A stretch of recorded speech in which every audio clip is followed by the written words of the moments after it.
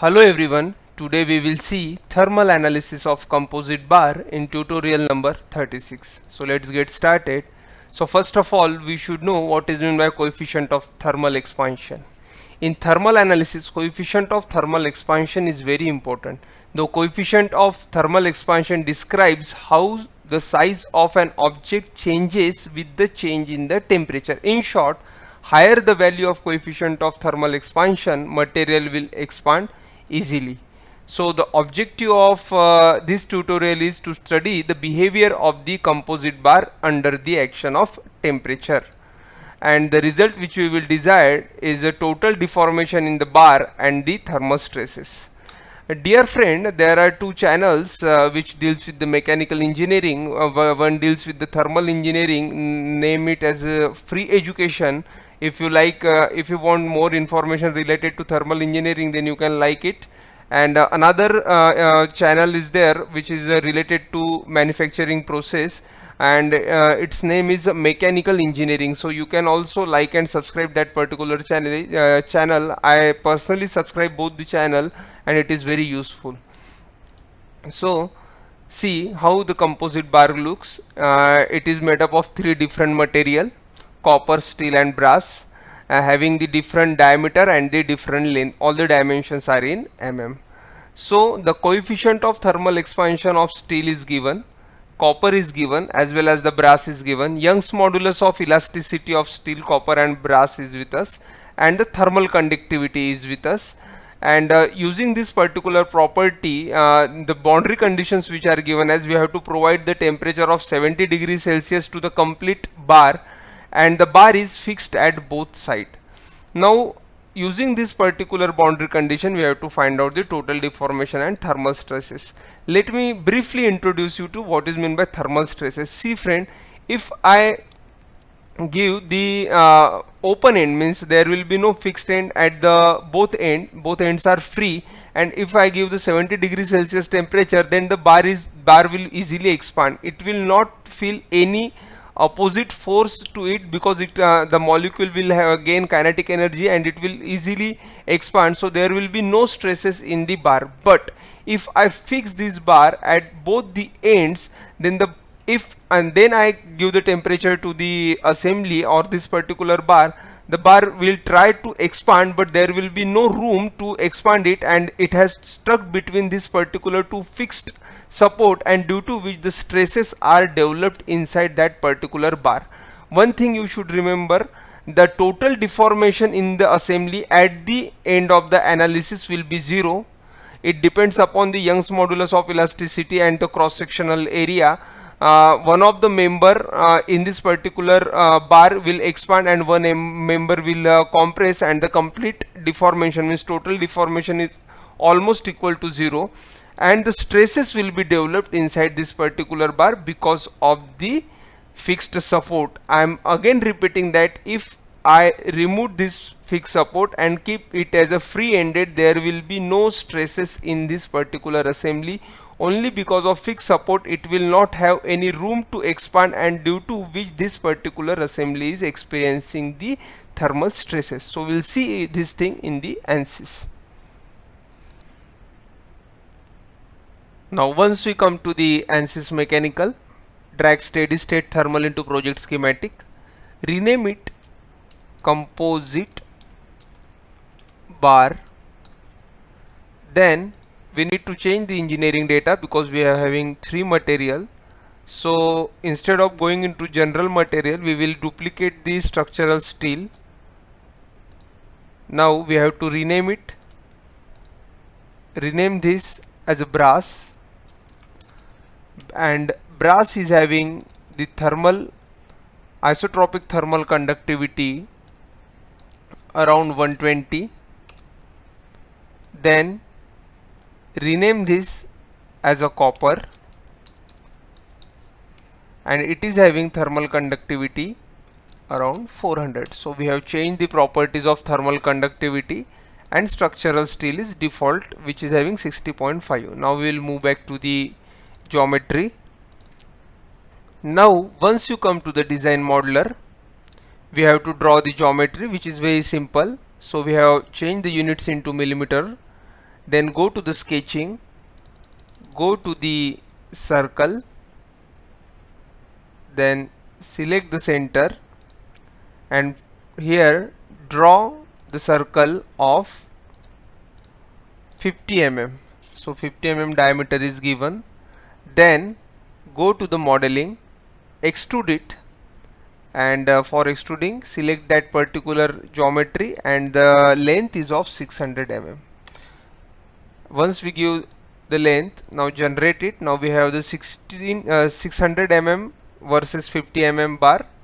Now most important thing is that now we want steel, and that particular steel bar started from this plane, not from this original global coordinate. So for that we have to create a new plane on this face. We have seen this method earlier. I am repeating it. Select the plane, select this face, and from here create new plane. Once I click on this particular button, see this particular coordinate system shifted here. Now we will generate it. Now once we generate it, we will get new plane, and now I will draw whichever I want on this particular plane. So new plane is created. Now here I need to draw the 40 mm diameter circle. So here I am drawing the 40 mm diameter circle.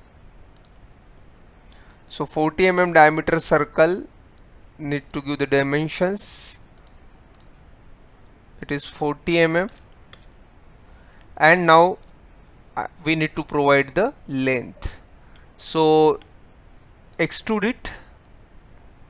We have to select the sketch. You can select the sketch from here also. Sketch 2 is selected. Apply it, and the dimension length is of 200 mm, and generate it. Similar process we will follow here. Select this plane, then create new plane. Plane is shifted here, and generate it. Then select this plane number 5, and from plane number 5 we have to draw another circle, and then we have to extrude it. So now this new circle is made up of copper, and the dimension is of 60 mm. It is 60 mm dimension, and then go to the modeling, then go to the extrude, select this, apply it, and the length is of 300 mm. So we have created 3 different diameter, but one thing you must observe, that the part body is only showing one solid, which means that it is not separated. You can't differentiate that this is the copper, this is the steel, and this is the brass, because software treating them as a single part body. So we have to divide it.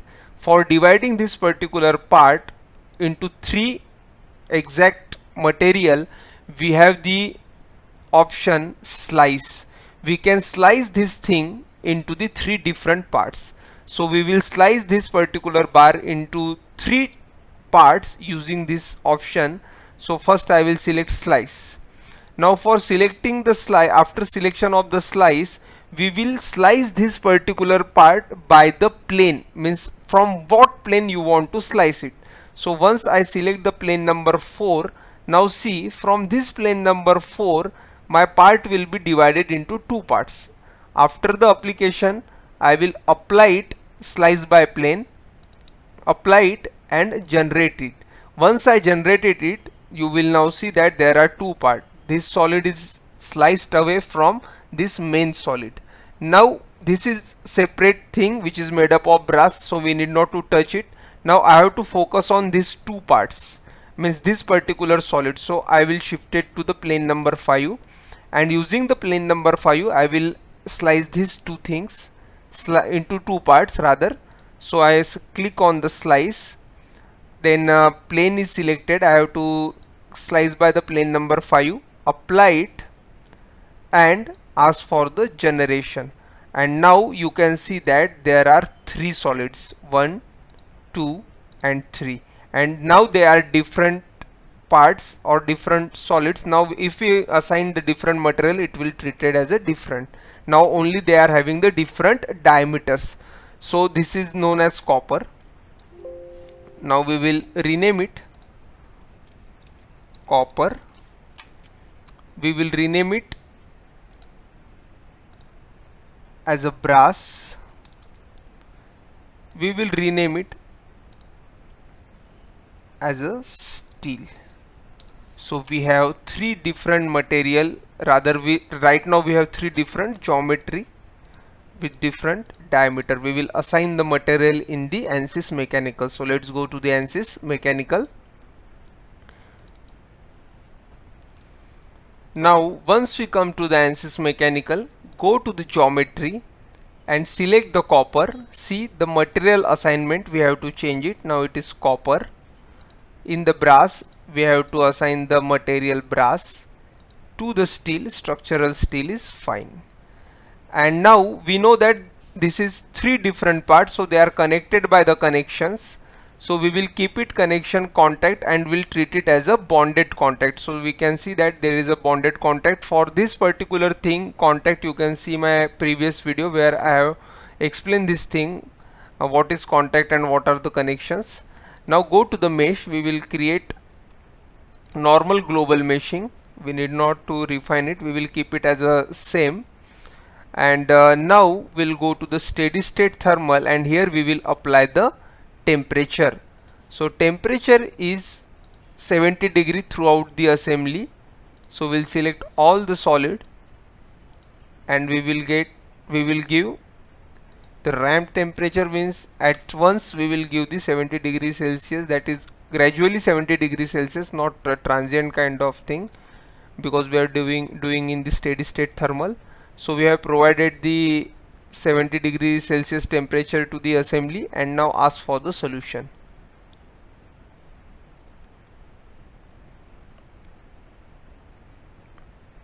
Now once we have the solution, we will check few results like total heat flux.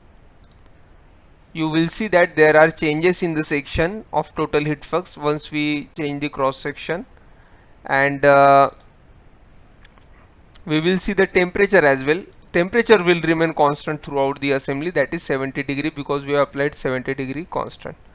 Now we need to check the thermal stresses as well as the total elongation of the bar.